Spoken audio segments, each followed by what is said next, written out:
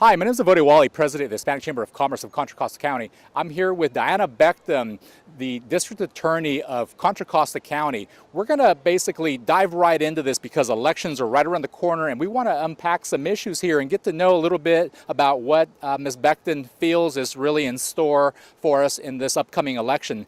Ms. Becton, it's a real pleasure to have you here today. As you have certainly, seen there's a whole lot of buzz going on in the county about this particular role, primarily because of all just the whole narrative that kind of preceded the election with the other district attorney that suddenly had to be replaced. So just getting down to brass tacks, okay, since you've been in this position here as district attorney, what are some of the insights that you can give us as to what you feel the county needs right now in terms of putting the right person into this office? Well, certainly I think the county needs to feel that the district attorney will continue to keep our communities safe. I think that's the number one priority. Everyone wants to live in a safe community. So I think keeping our communities safe and making sure that we're giving a voice to victims of crime are also the top priority. But I think in addition to that, what I've heard as I've moved about the county these last few months is that people want something more. They first want to make sure that they have a district attorney who embraces the entire county and who makes sure that everyone in our system feels that they're treated fairly and that their voices are heard as well. So people have said to me, and this is why I'm repeating it this way, because these are the things I've heard as I have moved about the county, but they also want much more from a prosecutor. They want to make sure that our office is giving hope to our young people. Our criminal justice system really doesn't have a comprehensive sort of diversion or restorative justice outlook for our youth. And so that's one of the things that I think is going to be very important moving forward. The other thing is giving greater opportunities to move some of the low-level nonviolent cases that are completely clogging up our system away from the criminal justice system.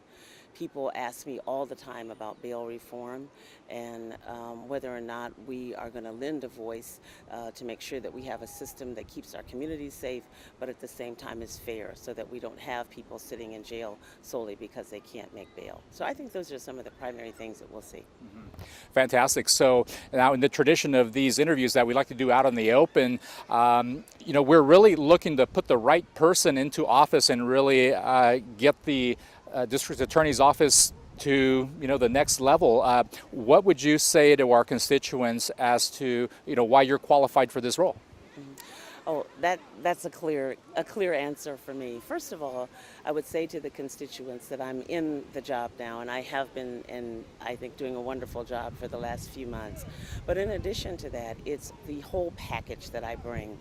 I served for a judge for 22 years in Contra Costa County, and that gave me an opportunity to not only preside over cases, but also to see every case type that might come into our criminal justice system. So it included my work in civil, where I also handle environmental cases, real estate cases. I was one of the few judges certified as a CEQA judge to handle environmental cases, in addition to criminal cases, homicide, sexual assaults, and those kinds of serious cases. And then also juvenile cases and cases involving the mentally ill. So then I was elected as the presiding judge which means I was over all of the courts in Contra Costa County, including a $54 million budget.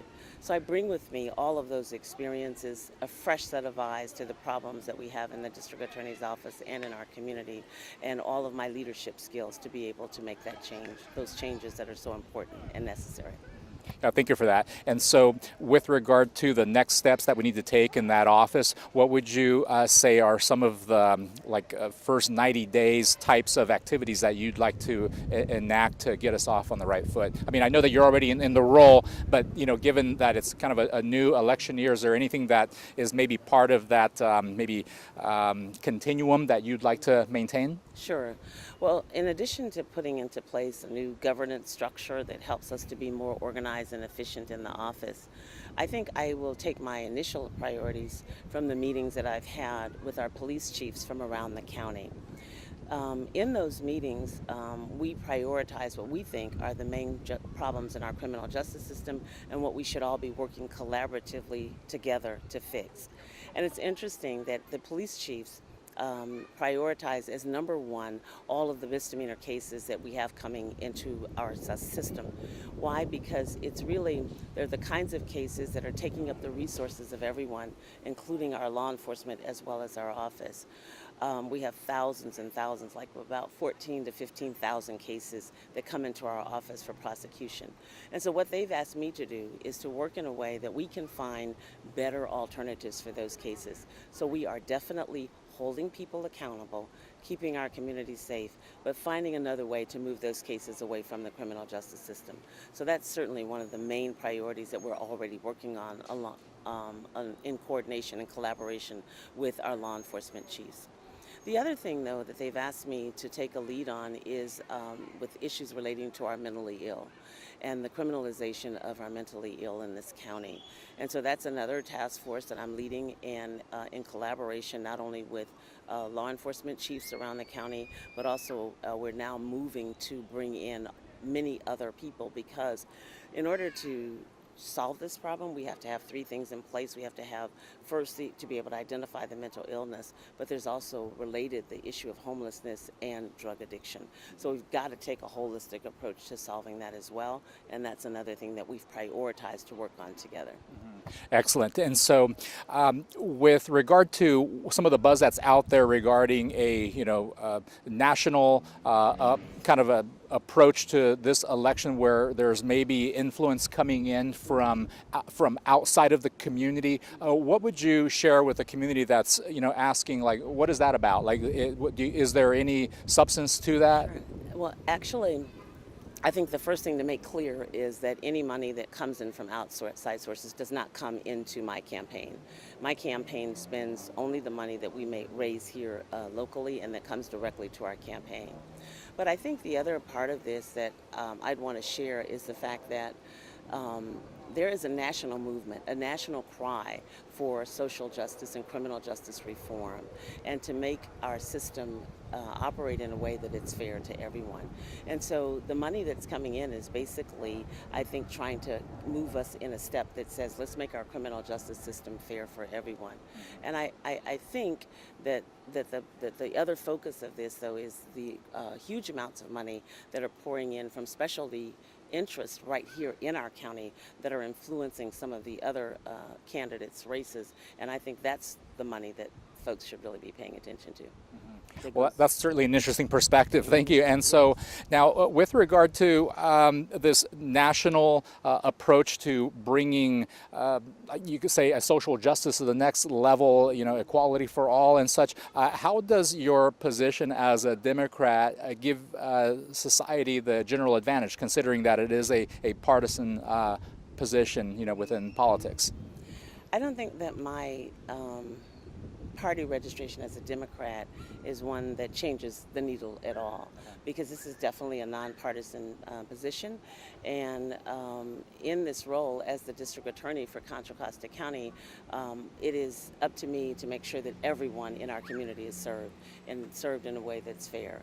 So I think the party politics really don't have any place in how we operate in the district attorney's office. So you feel pretty agnostic with regard to any sort of partisanship. And so with regard to issues that are impacting certain constituencies throughout the county, the diversity and certain ethnicities that are out there trying to get social justice, are there any steps that you'd like to see taken in the DA's office to maybe continue, progressing? Sure. Well, especially, I think there's a couple of communities who often feel that they're not heard when they're victims of crime, and our immigrant community and our LGBTQ community. With the immigrant community, it's really a focus of our office, because so much of law enforcement is built upon trust with our community.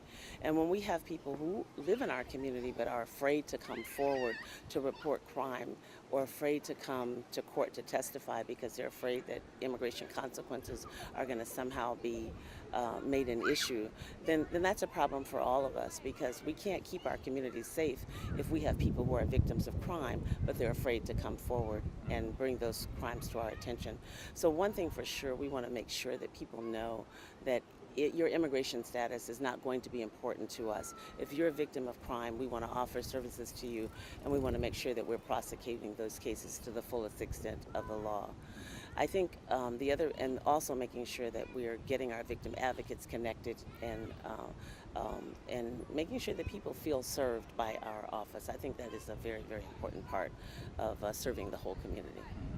And what could you say regarding your transition, into office when you came in as the DA, prior to this election? Sure. One more thing though about the immigrant community I forgot to mention is the training of the attorneys in our office. I've had an opportunity now to go down to Stanislaus County to attend a training at the DA's office down there on immigration from a district attorney's perspective, because we are required by law to take into account the consequences of immigration when we're negotiating pleas. And I'm also in the process of bringing that training to our office as well, so that our attorneys will have the most up-to-date information on those issues. But my transition, by the way, has been one that I feel good about. I started out in my first couple of months just listening. I did a listening session with the entire office so that everyone had a chance to be heard. What's working well, what's not working well, what things would they like to see us working on, and what goals do they have for our office, so that everyone has a voice in the change that's coming. And we've used that information in so many different ways. One, to form the committees that are going to carry out a lot of the work for our office, but also to prioritize our goals, to help us with our budget as well, which has been one that we've been able to prioritize based on a lot of the feedback that I've gotten from the office. So I think with that kind of start, we're moving in the right direction. Fantastic. And with regard to the culture that remains in the DA's office from the previous leadership, is there anything there that you feel is needing to be optimized? Training or something to kind of ensure the public that maybe that there's a positive change already underway? Well, I think there's a huge positive change. First of all, don't want to neglect to mention that just having me appointed by the Board of Supervisors was a huge change, given the fact that I'm the first woman and the first person of color to serve in this position in 167 years. But then I brought on the Chief of Staff that currently serves our office. Again, very, very forward, I think, in the sense that she's also the first woman to serve as a chief of staff in our office. Women have never in the past reached a certain level, and then there's like a glass ceiling that's been there. So to have her appointed to come up through the ranks of that office and to serve now as chief of staff, I think has been huge. She's well respected in the office and outside of our office as well, which was important to me. And then also I brought on a new assistant district attorney who also brings many years of experience as well, but also is the first woman and the first person of color to be able to serve as an assistant district attorney in our office. So huge changes from that perspective as well. And so you feel that some of these changes are really bringing us to a new level of public safety, and as far as the inequality issues, that this is all part of that solution? I think all of it is part of it. I think having an office that works well together, that's going to function well together, that has excellent leadership as well, is going to lead us all towards a safer community. Ms. Becton, this has been very interesting. Tell us, what is your big why? Why do you do this? Is there something that can help us understand who the woman is here behind the position? Sure. Well, I think part of it is just, where I've come from. I actually grew up in Oakland in a small neighborhood there. And I can remember as a girl, I lived through the civil rights movement and saw a lot of the changes when lawyers stood up to injustices that they saw in our society. And so it is with that mindset that I've grown up and always wanted to try to make a difference in change and to be influential in changes. So When our previous district attorney resigned after pleading to the charges, as you mentioned earlier, my phone literally just started ringing off the hook, and people asking me would I stand up to be the voice, to be the person who would bring the office a fresh set of eyes, to bring integrity to the office, and to lead in a way that was fair and just to everyone in our community. And yeah, it was a lot to think about, transitioning from my position as a judge into the role of arguably one of the top law enforcement in the county, but in addition to that, the chief executive officer in the district attorney's office. I knew I had the leadership skills to do it, and I knew I had the experience to do it. And so it was really just a matter of answering that call and saying yes, that this is an opportunity to make a huge difference in our county in the way that we do criminal justice. And so I'm glad that I stepped up to do it. Fantastic. Well, we thank you for your commitment to the community, and ladies and gentlemen, the Honorable Miss Diana Becton, Contra Costa County District Attorney. Thank you very much for participating and sharing your thoughts. We really appreciate it.